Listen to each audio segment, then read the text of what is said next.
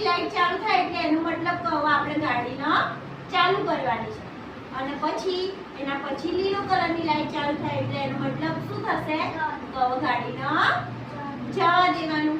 તો આવી રીતે જ્યાં 4 રસ્તા પડતા હોય 5 કે 6 કે વધારે રસ્તા હોય તે પડતા હોય તો એને એક્સિડન્ટ ના થઈ જાય ને એના માટે આવા ટ્રાફિક સિગ્નલ લગાવેલા હોય છે.